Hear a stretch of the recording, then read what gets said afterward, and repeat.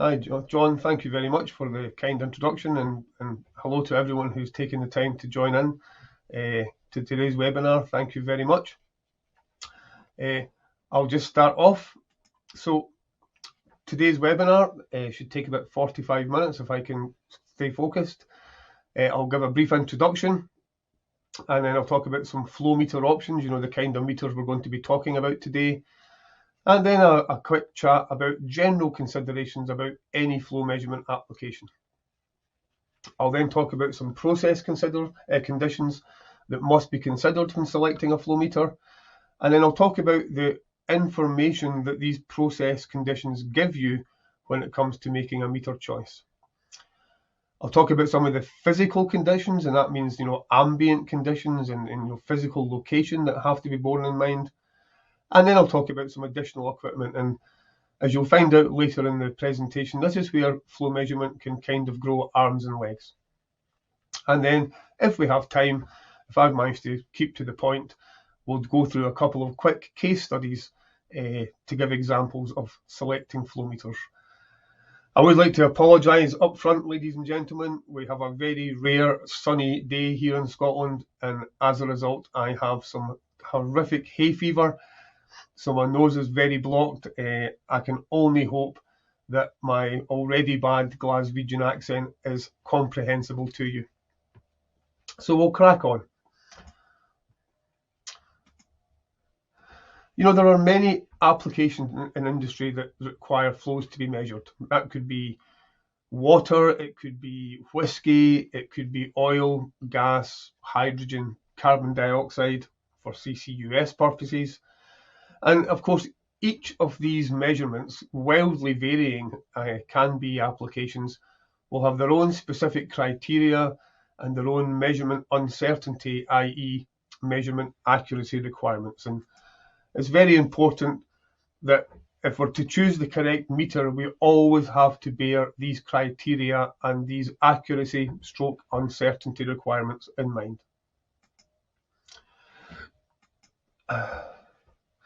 So it may not appear from the outside, from a non-metrology point of view, but choosing the correct meter for an application can be very challenging. And it helps if you do a bit of research and make sure you understand the basics of how each technology works. And primarily, you get familiar with their advantages and their drawbacks. Some require a lot of installation space, you might not have it. Some have a limited flow range, you might have a high flow range requirement. So it's important that you understand the advantages and drawbacks of each meter type, because at some point you're going to have to go and justify your choices to your management, whether that's your company management or project management team. And as will become clear throughout this presentation, sometimes it's more complicated, therefore more costly than people would first imagine. Okay, so I would reckon there are maybe, several dozen flow meter types available on the market. But the 6 on the right there are the most commonly used. We have the ultrasonic, the Coriolis, and the electromagnetic flow meter, very popular in industrial applications, kind of modern digital technologies, you could say. And then we have the vortex, the turbine, and the differential pressure meters. That's, the differential pressure meters are cone meters, venturis, and most commonly the orifice plate. More traditional technologies been around for a long time, but we should never overlook them because they have advantages in some cases over the more modern technologies. Before we go any further with flow meter selection, there's a couple of really big questions that we have to ask. And the first couple of questions are, do you need to measure the flow, and can you measure the flow?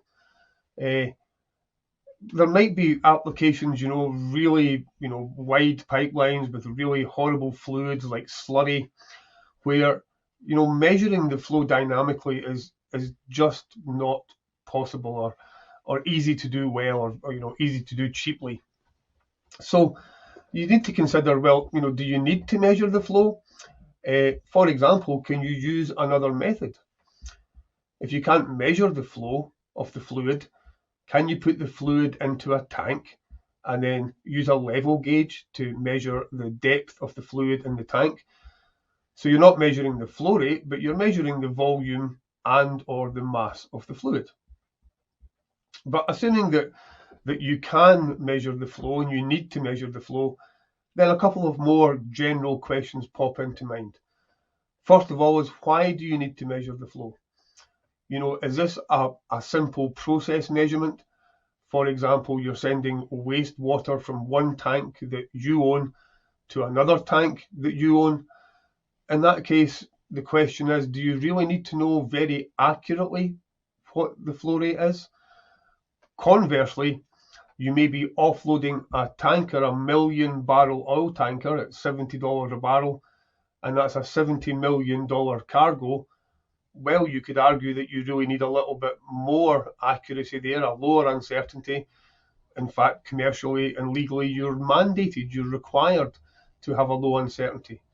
Or if your measurement is being done for safety purposes, and I'm guessing here, you know, coolant going to a nuclear reactor, if that was my reactor, I'm not an industry expert, but I'd imagine you'd really want to have a very good idea of exactly how much coolant is flowing into and out of your reactor. So these are the sort of considerations that you have to think about way before you get to selecting a meter.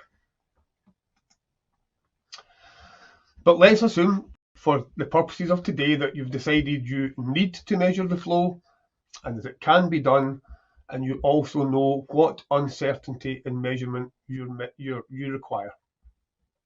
So what's next? The process conditions is usually a good place to start. So, is your fluid a liquid? Is it a gas? Is it multi-phase or two-phase wet gas? That will have a really serious bearing on the type of meter you select for your application. The flow range. Now, what I mean by that, I'm not sure of the level of knowledge amongst all the attendees today. But do you have to measure something like 10 kilograms per hour to 20 kilograms per hour? A small flow range. We would call that a turn down of 2 to 1. Conversely, do you have to measure from 100 cubic meters per hour to 100,000 cubic meters per hour? From a very low flow to a couple of orders of magnitude higher flow. So that's a consideration. The pressure and temperature, obviously. Is this a water pipeline at just above atmospheric pressure and room temperature? Or is it a 600 bar gas injection line with 80 degrees C gas? Again, this will have an impact on the meter selection process. We then have the density and the viscosity to consider. You know, is this fluid very heavy? Is it very thick? One of the main reasons we consider we should consider density and viscosity is because that, along with flow range, gives us what we call the Reynolds number. Now again, I'm not sure of the level of familiarity with this term, but put simply, there are two ways fluid can flow through a pipe. It can do so in a very smooth fashion called laminar. That's a very low Reynolds number. It can do so in a very haphazard and erratic fashion. That's a high Reynolds number. That's called turbulent. And just to make things difficult, there's a range, an area between laminar and turbulent, where who knows what the flow regime is. It's dynamically changing all the time as viscosity, density, and flow rate battle to see what's the dominant factor there. So some meters just don't cope well with certain parts of the Reynolds number range. So density, viscosity, and Reynolds number is a very important set of process conditions to bear in mind. Of course, we have the vapor pressure or the dew point. You know, I mentioned earlier about wet gas flows. If we have a gas which is dying to become a liquid and we introduce a pressure drop, we make some of that gas liquid. That's an impact on measurement.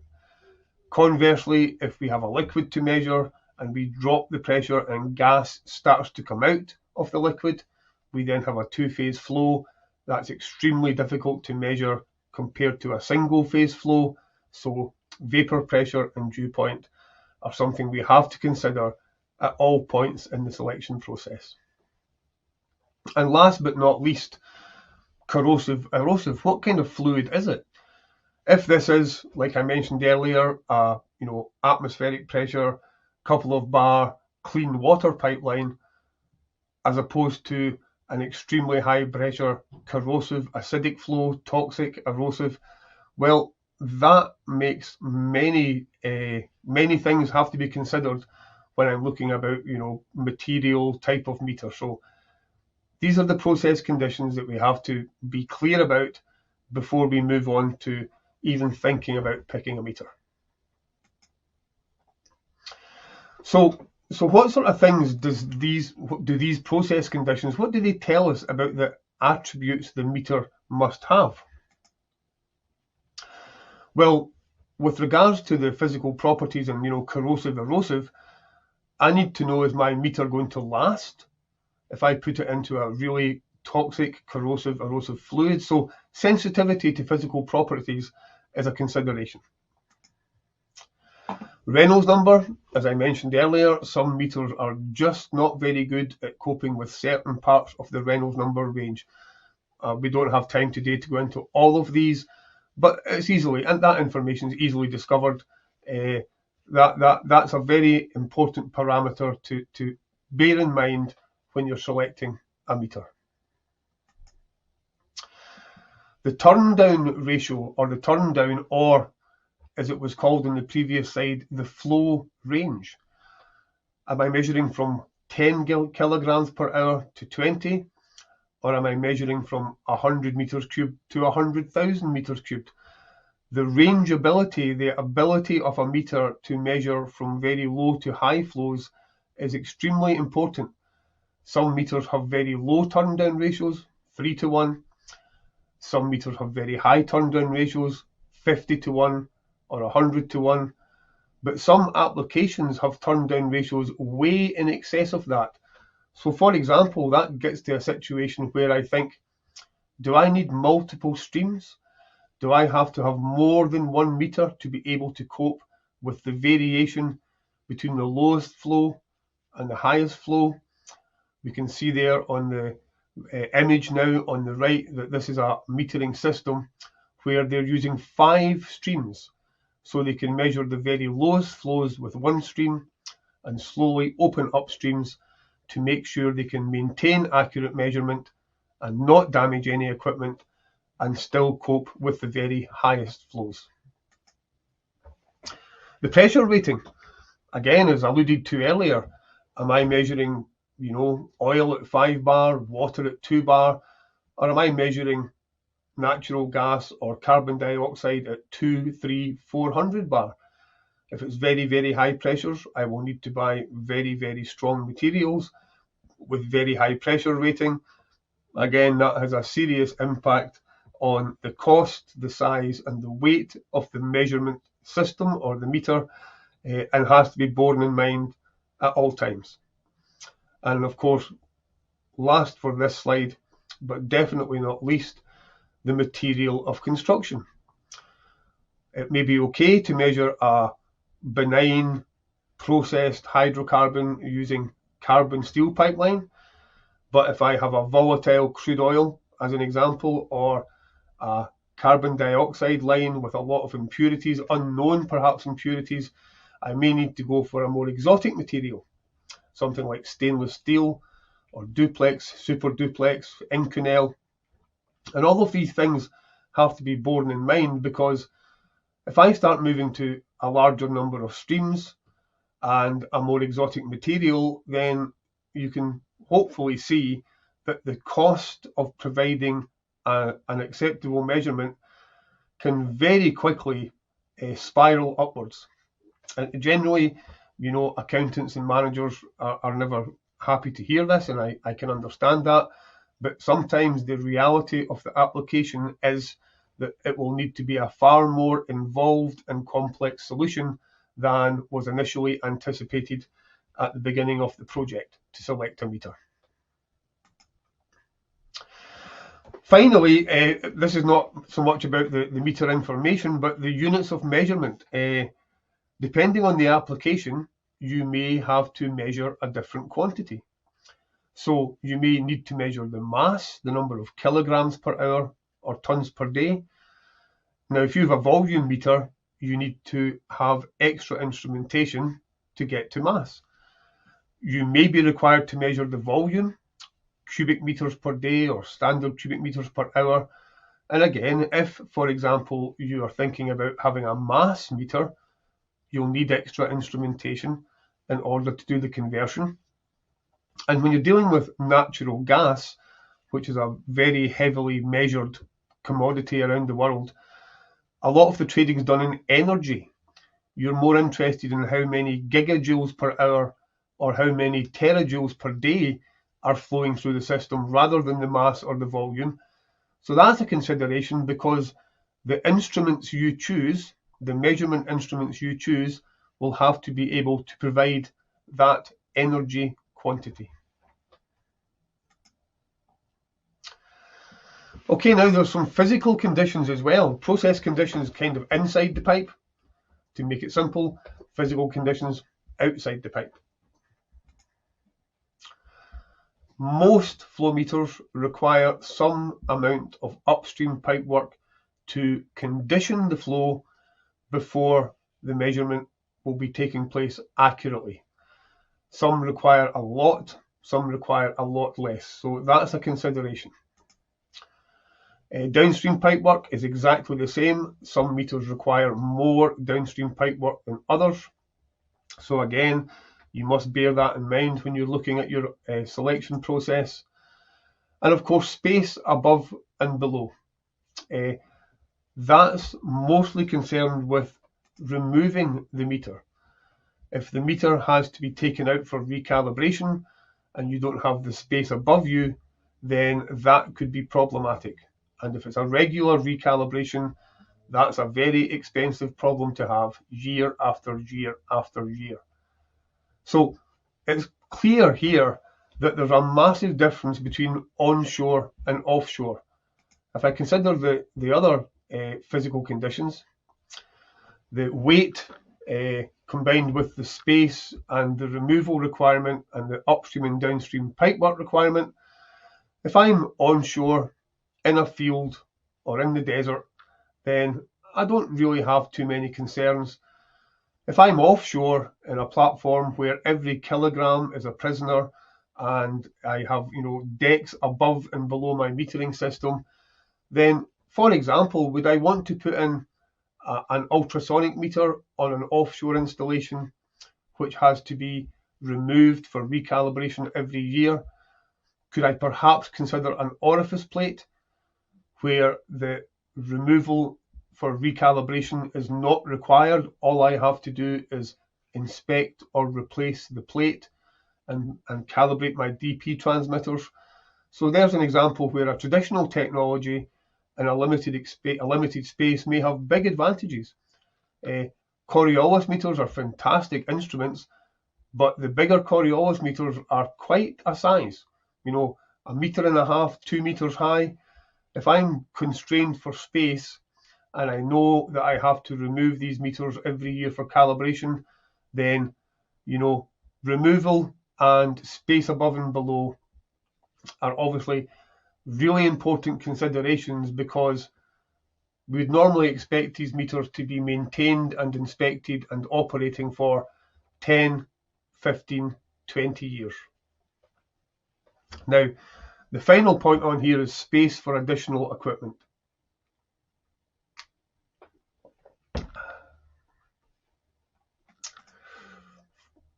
Additional equipment, this is again absolutely essential to make a measurement which is fit for purpose, but often overlooked at the very outset when people assume, oh, I have a 10-inch pipeline, so what I need is a 10-inch ultrasonic meter or a 10-inch Coriolis meter.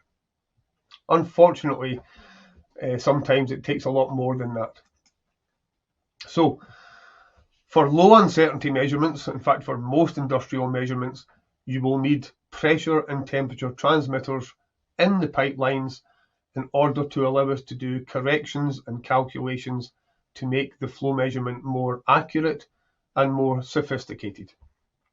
They take up some space and they have a weight and a cost. Densitometers, as I mentioned earlier, if you have a mass meter for measuring volume or a volume meter and you want to measure mass, you'll have to know the density. Again, that costs a little bit of money, takes a little bit of space and has a little bit of weight. A meter prover, now again, not wanting to presume, make assumptions about the knowledge of my audience today. Meter provers, there's one there on the diagram about 2/3 down the left, cream coloured cylinder lying on the floor, basically a mobile calibration lab. Depending on the application and the regulations you are following, you may need to install a meter prover or have some sort of master metering device to allow you to maintain low uncertainty measurement. Again, I'm just saying this because it's more weight, it's more space, and it's more cost. It's more additional equipment, but it may well be required depending on your application. There are valves and valve actuators. Single stream systems for maintenance purposes should usually have a bypass to allow meter removal. Multi-stream systems, 2, 3, 4 and more, require many valves so they can maintain equipment, remove equipment, and also route flow through various configurations to make sure we can cover the flow range and calibrate the meters. And it's no surprise that these valves have to be very high quality. They're very heavy. They're usually quite expensive, especially if they're made of exotic materials. But for safety and for measurement uncertainty purposes, they may be required, so they have to be considered. The inlet and outlet headers shown on the diagram, the two L-shaped pieces of pipe on the roof, if you like, of the metering skid. Again, they require space, they cost some money, they're quite heavy. So if you have more than one stream, you need an inlet and an outlet header. So that has to be borne in mind when you're working out costs and when you're looking at space. Sampling and mixing systems. You'll be thinking I'm making this very complicated. Unfortunately, sometimes it is. For most measurements, knowing what the fluid is just as important as knowing how much fluid there is. This is especially true of complex multi-components like contaminated carbon dioxide for CCUS, or crude oil, which has dozens of components, or natural gas. So if part of my measurement requirement is knowing the quality of the fluid, I'll need to sample it. And if I need to sample the fluid, I have to make sure the sample is representative. So I have to make sure the fluid is homogeneous, well mixed before I take a sample. Sometimes, if you're lucky, that can be done by a very simple static mixer, which is like a set of turbine meter blades jammed into the pipe so they don't move, and the fluid moves as it goes through the mixer. However, if you're not so lucky, if you have a denser fluid, you may find you need a powered sampling system and a powered mixing system. And that's shown on the left-hand side, the big grey wardrobe on the image there. And it's clear to see from that diagram or that image that the sampling system is big, it's heavy, it uses quite a lot of power, and it takes up quite a bit of space. So we can clearly see here that the additional equipment very often swamps the actual meters themselves. Believe it or not, there are 5 or 6 flow meters in that metering skid, but you can hardly see them. They're surrounded and completely swarmed by the valves, the headers, the prover, the sampling system. So all of this has to be borne in mind.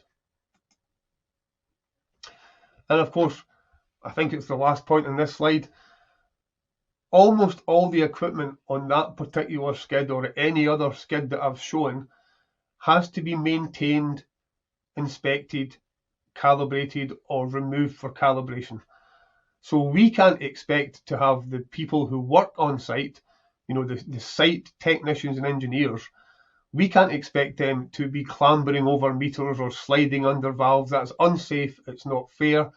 So all of this equipment has to be easily and safely accessible. And again, these ladders and walkways cost money, take up space, and have a sometimes quite significant weight. So I can't overemphasize enough how considering the additional equipment is just as important as considering the meter type itself.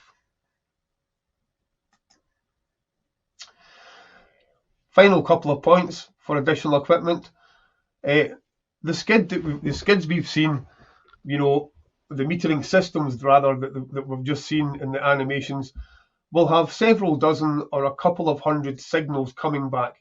Valve control, valve status, density, pressure, temperature, flow rate, gas analysis, prover, switches, and all of these disparate signals, dozens or hundreds of them.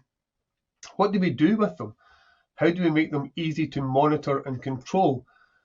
Well, generally speaking, for a low uncertainty measurement, which is commercially significant, be that CCUS or hydrogen or hydrocarbon, there'll usually be some regulations that require the presence of some highly accurate flow computing devices with accurate clocks and very accurate analog and digital I/O, and also some sort of metering supervisory system to allow the operator to control and maintain and operate the system in a user-friendly and safe fashion. Now, traditionally, these have been installed in a metering control panel like the image you see there. And why am I saying this? Well, because it can often be an essential part, a mandated part of the measurement, and it takes up weight, it takes up space, and they're not cheap. They can be tens or hundreds of thousands of pounds. So again, it's a consideration when you're making a budget right at the outset that you bear in mind that you may need a lot more than just a couple of meters. And then the final point, and this is particularly relevant to gas, and by that I mean, say, natural gas or more contemporary carbon dioxide with contaminants for CCUS. There's very many reasons why we need to know the composition of these multi-component gases. Safety, commercial value being the most commonly used one. If I'm filling up a reservoir with contaminated carbon dioxide, I really want to know if there's any water in there, or NOx or SOx or hydrogen sulfide or anything else that can cause my pipeline to crack or leak or corrode or block. So although it's not flow meters, they are clearly an absolutely essential part of many flow measurement systems for gas. So again, when you're looking at flow meter selection and you're thinking about additional equipment, bear in mind that you may need some extra space and some extra weight and some extra cost to make sure you can derive the quality of your gas so that you know it won't be contaminating your pipelines or poisoning your employees. Not flow measurement in a pure sense, but an absolutely intrinsic part of the flow meter selection process for many applications. And environmental conditions. Again, this makes perfect sense. So, where are we going to put this meter? Is it in a very hot location, sunny? Is it very cold? Personally, I've been on platforms in the North Sea, in the Arctic Circle, and I've worked in the middle of Sahara Desert with constant beating sunshine on the meter. I've worked on, and that can have an impact, on the uncertainty of the meter. Do I need to insulate the meter? Do I need to shield the meter? The wind. The wind's a very important parameter to consider. Analysis systems are affected by high winds. Meters are affected by high winds if it's cooling down one side of the pipe relative to the other. The ambient humidity can have an impact, as can sunlight. I mentioned earlier, sunlight and ambient temperature, you could argue, are different sides of the same coin. But do I want sunlight beating down on my meter prover or my flare gas line where it's causing thermal convection of the gas or expansion of contraction of the prover? I'm probably best to try and mitigate the effects of that.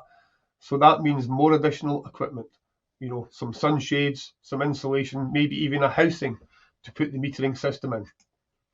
All for good reason, not because we're being fussy, because we need to maintain and minimise a low uncertainty for many industrial applications. And of course, rain. I'm well placed to speak about rain. I'm in Scotland and I've lived in Scotland my whole life. So rain, yeah, it's easy to say that, well, these are equipped with O-rings and they're all nice and watertight when they're in service. That's absolutely correct. But at some point, somebody's going to have to go out and open these transmitters or these meter electronics up to do repairs or to do maintenance or calibration or inspection. And at that point, if it's an electronic device, you do not want rain getting into the electronics. So will you have to consider some sort of roof or shelter as part of your measurement selection process? Yeah, you probably will. And electromagnetic interference. Yeah, if I am on a platform, say, and there are large transformers and power lines and signal lines running below my feet and above my head and to either side of me, well, if I have a digital or electronic meter, then I want to be sure that the surrounding electromagnetic fields do not affect my meter. So that may affect meter type. It will definitely affect the way the meter is installed. Proper grounding, proper insulation, maybe some shielding. And of course, finally for this slide, the hazardous area. We have to be highly aware of where we are putting this meter. If it's in a zone where there might be hydrocarbon gas under adverse circumstances, then you have to make sure that you're doing everything in accordance with the ATEX rating with the Safe Zone certification. So that probably goes without saying if we're all engineers on this call, but it's just something worth highlighting that some of these meters will spend their in-service life in extremely hazardous locations, and we must be cognizant of that at every part of the selection process. So, I hope that gave you some idea of the things we have to consider. So as we're going through the process, we just have to keep reminding ourselves, are we on track here? Why am I measuring? How much money do I have? And, what am I measuring? And where am I measuring it, the application? And it's worth mentioning that there's no point spending time on something that can be ruled out early. An example, if I'm offshore and I don't have much space, let's just ditch the turbine meter or the ultrasonic meter with a large upstream pipe requirement. If they won't fit in, fine. So if it can be ruled out, just score it out of your list and continue on. The selection process, a quick reminder, keep reminding yourself of your requirements. That could be safety, it could be low uncertainty, it could be reliability or repeatability, and keep reminding yourself of what's most important. An easy example would be something like crude oil, value, low uncertainty, or CCUS measurement, safety, to make sure that your flow assurance is guaranteed. As I mentioned in the previous slide, if you know it won't work, eliminate it. Keep looking back at the process, the physical and the environmental conditions, and knocking off meters as you see fit. And keep the budget and application in mind at all times. Once you think you've got your final decision made, my recommendation would be to go back to the start, maybe get your colleagues involved. It's easy to miss something, and just go through that process iteratively 2 or 3 times to make sure you haven't missed anything major. Couple of reality checks, I suppose, at this point. You will not fit. There is no one meter that matches all situations. Coriolis meters, for example, are extremely good, but impractical for very large volume flow applications because you need lots of them. So there's not one meter that will match all applications. There's no such thing as the world's best flow meter. And you'll probably find that the project you're working on will not be a perfect match either. It will be a compromise. All you have to do is try your best to achieve the uncertainty, make sure it's practical and maintainable, and of course make sure that you're not too far over, or occasionally it happens, inside the project budget.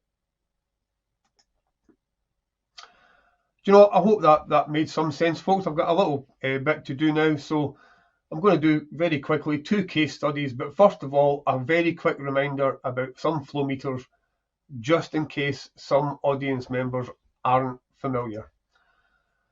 We have differential pressure meters, orifice, cone and venturi.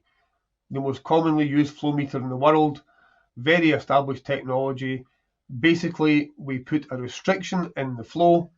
That creates a differential pressure upstream and downstream of the restriction. And if we know that differential pressure and we know the size of the pipe and the size of the restriction, we can calculate the volume flow. There are turbine meters for liquid and gas, and they're different. Gas meters, turbine meters don't measure liquids. Liquid turbine meters don't measure gas. But they're like windmills, basically. We've all driven past windmills, or more commonly these days, wind turbines. The faster the wind blows, the faster the blades turn. So what we have here is metal blades in the pipe. As the flow turns the blades create electrical pulses. The number and the frequency of the electrical pulses is directly proportional to the flow rate. We have Coriolis meters, an extremely popular and capable meter here. I actually disagree that they're Coriolis meters. I think they're inertial mass meters, but that's for another presentation. You can see the difference on the left-hand side there between a flowing situation and a no flowing situation. Basically, the weight of the fluid distorts the tubes in the Coriolis meter. That introduces a phase shift between the inlet and the outlet of the tubes, and that phase difference is directly proportional to the mass of the fluid traveling through the pipe. Extremely useful meters, extremely, widely used throughout many industries. And then we have ultrasonic meters. The best way I can describe an ultrasonic meter, a transit time ultrasonic meter, is like swimming back and forward across a river diagonally. If you're swimming with the current, you'll be aided, your time will be smaller.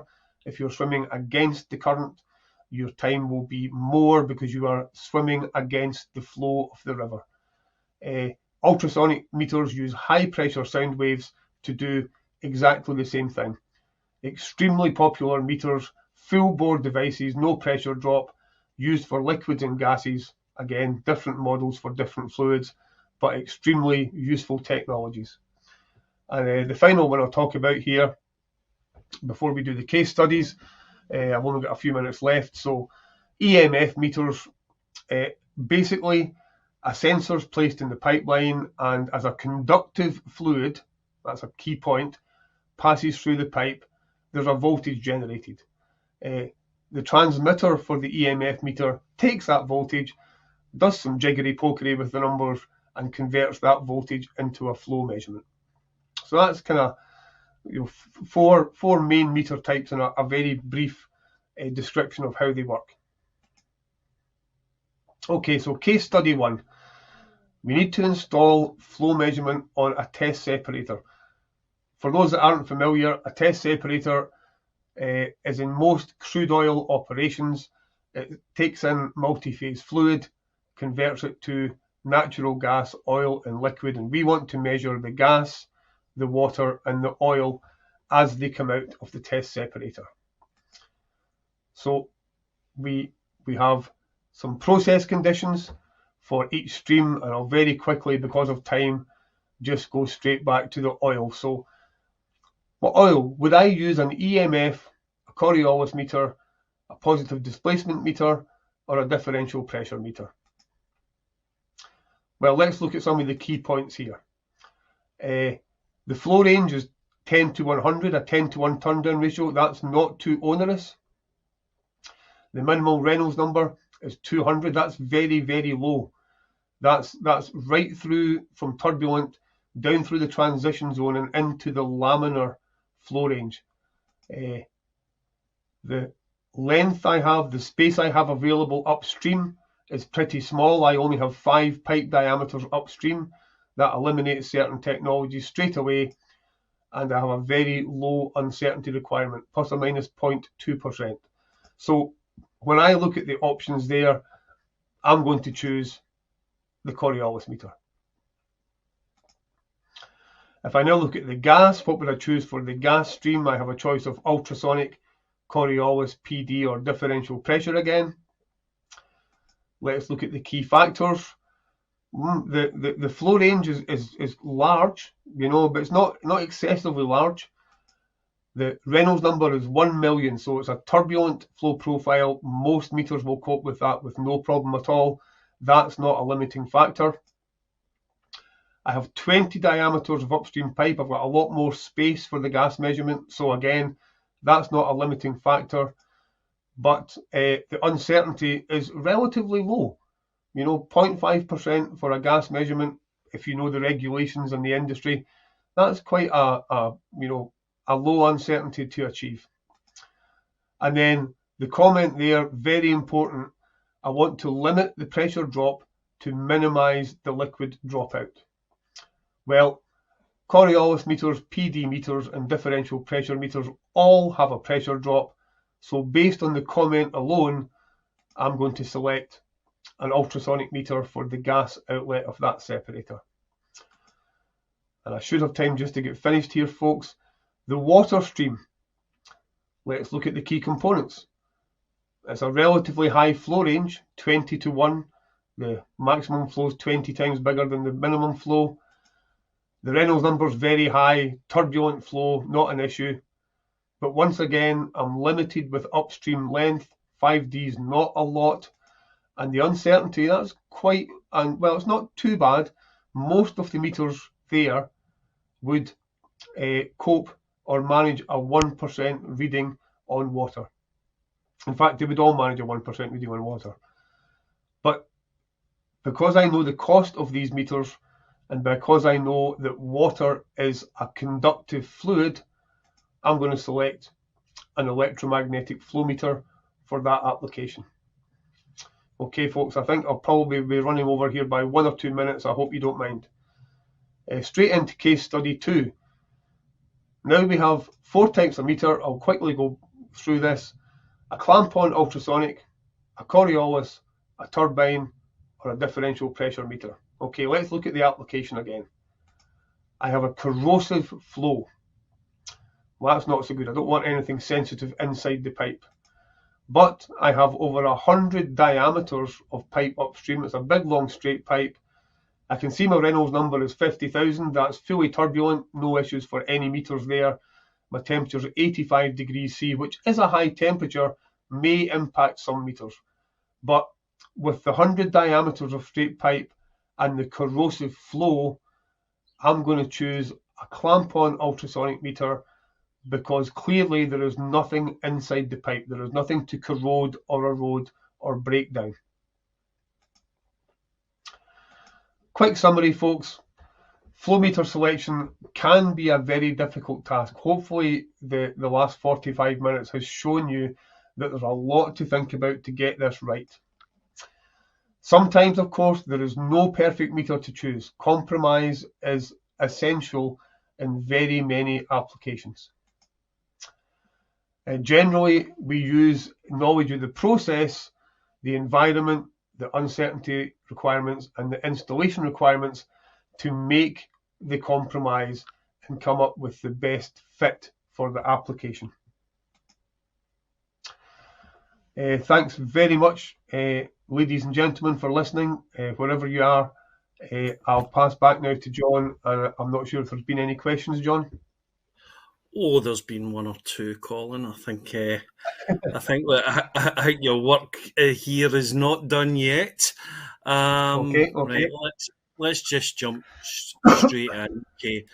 All right, here's a question on measurement uncertainty calculations. How is measurement uncertainty calculations performed in metering systems with multiple meter runs and a common prover? Hang on a sec. This is jumping all over the place. I think there's more questions getting added on. Okay. Hang on. Well, while you're doing that, John, I mean, for multi-stream measurement systems, uncertainty calculations are extremely difficult, and I could be like flippant here and say, send it to NEL and we'll charge you and we'll do it for you. But you do it initially like a single stream system. You calculate the uncertainty of the meter, all the inputs, the density, whether that's from a densitometer or an analyzer, the pressure, the temperature. You do that at a low, medium, and high flow rate based on all the certification and calibration data that you have. But then when it comes to multiple streams, so you can do that for all the streams individually, and then you just have to correlate the uncertainties for all the different streams. And I'll be perfectly honest here, I'm not that good at it. The mathematics behind it freaks me out a little bit. But I do know that two things I can say, and I'm not being facetious here. I have colleagues who are extremely good at it. There's also software you can buy which is extremely good at it. And this will sound like a real sales pitch, and I don't mean it to, but the NEL Measurement Uncertainty course is a really good place to come and learn about how to do uncertainties for multi-stream measurement systems. You treat it as individual units. You have to correlate the uncertainties when streams are operating in parallel. It's done using standard statistics and mathematics, but I'm not very good at it, John. Yeah, no. I mean, I think just to finish off that question, the bit I was missing there was that some people use the square root of the sum of the squares, but that seems an incorrect approach. As the correlated and not, because there's obviously correlated and uncorrelated variables. So I think that part's they probably answered that part of the question themselves, to be honest. Yeah, do you know, if it's a common prover, it's a good question, because then the uncertainties are correlated, and I am genuinely not the best person to answer how you would decide how much correlation to assign to that. But if you have the name of the person that sent that question, John, when we're offline, we can follow. We can follow up. Yeah, we can follow up on that one. Okay, next question talks about environmental considerations, and really what it's saying is, what about where you're metering in an area where there's seismic activity or in an offshore environment? So I suppose what we're talking about there is vibration and the impact that would have on your meter selection.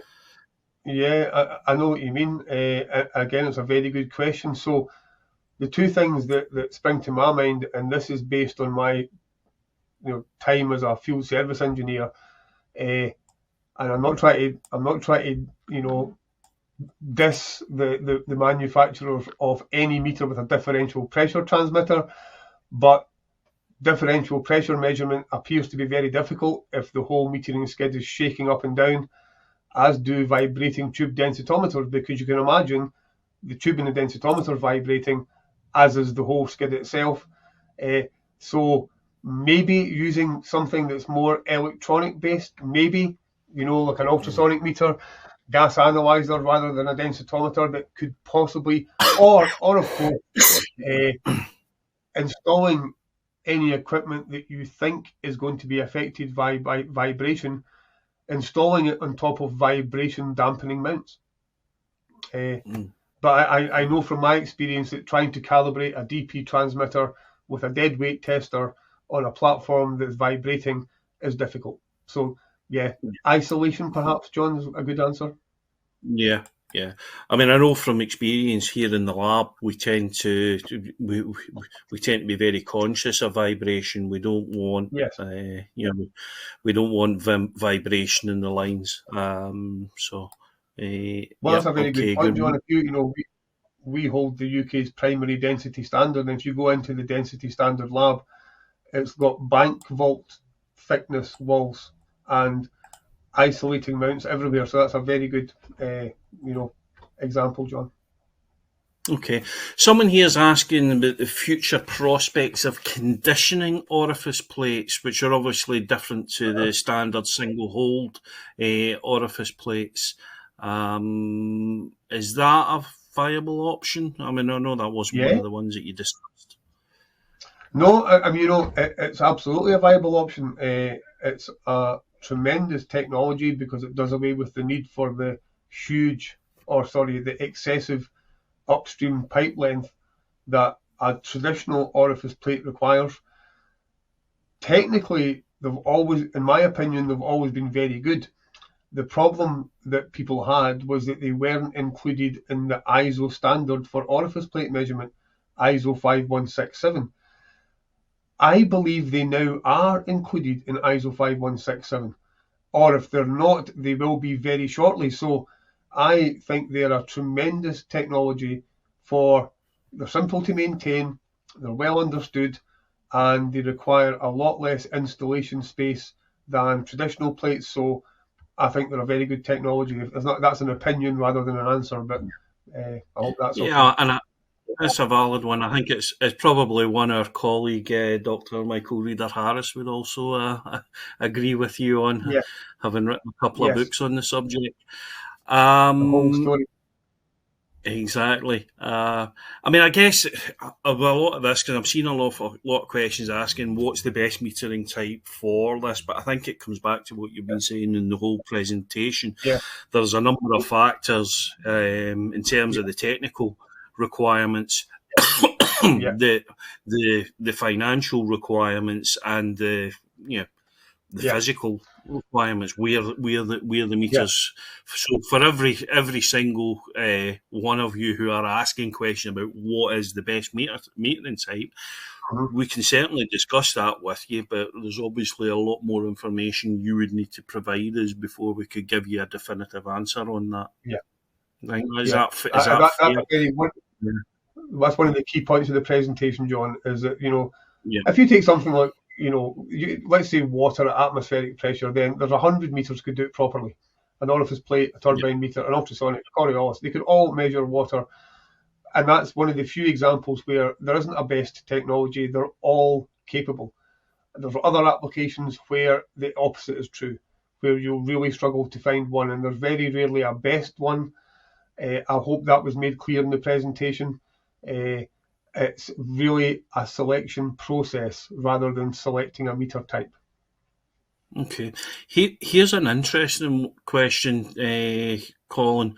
What's the recommendation of how many times better accuracy or uncertainty, as we talk about, of the system that's actually going to be calibrating the instrument?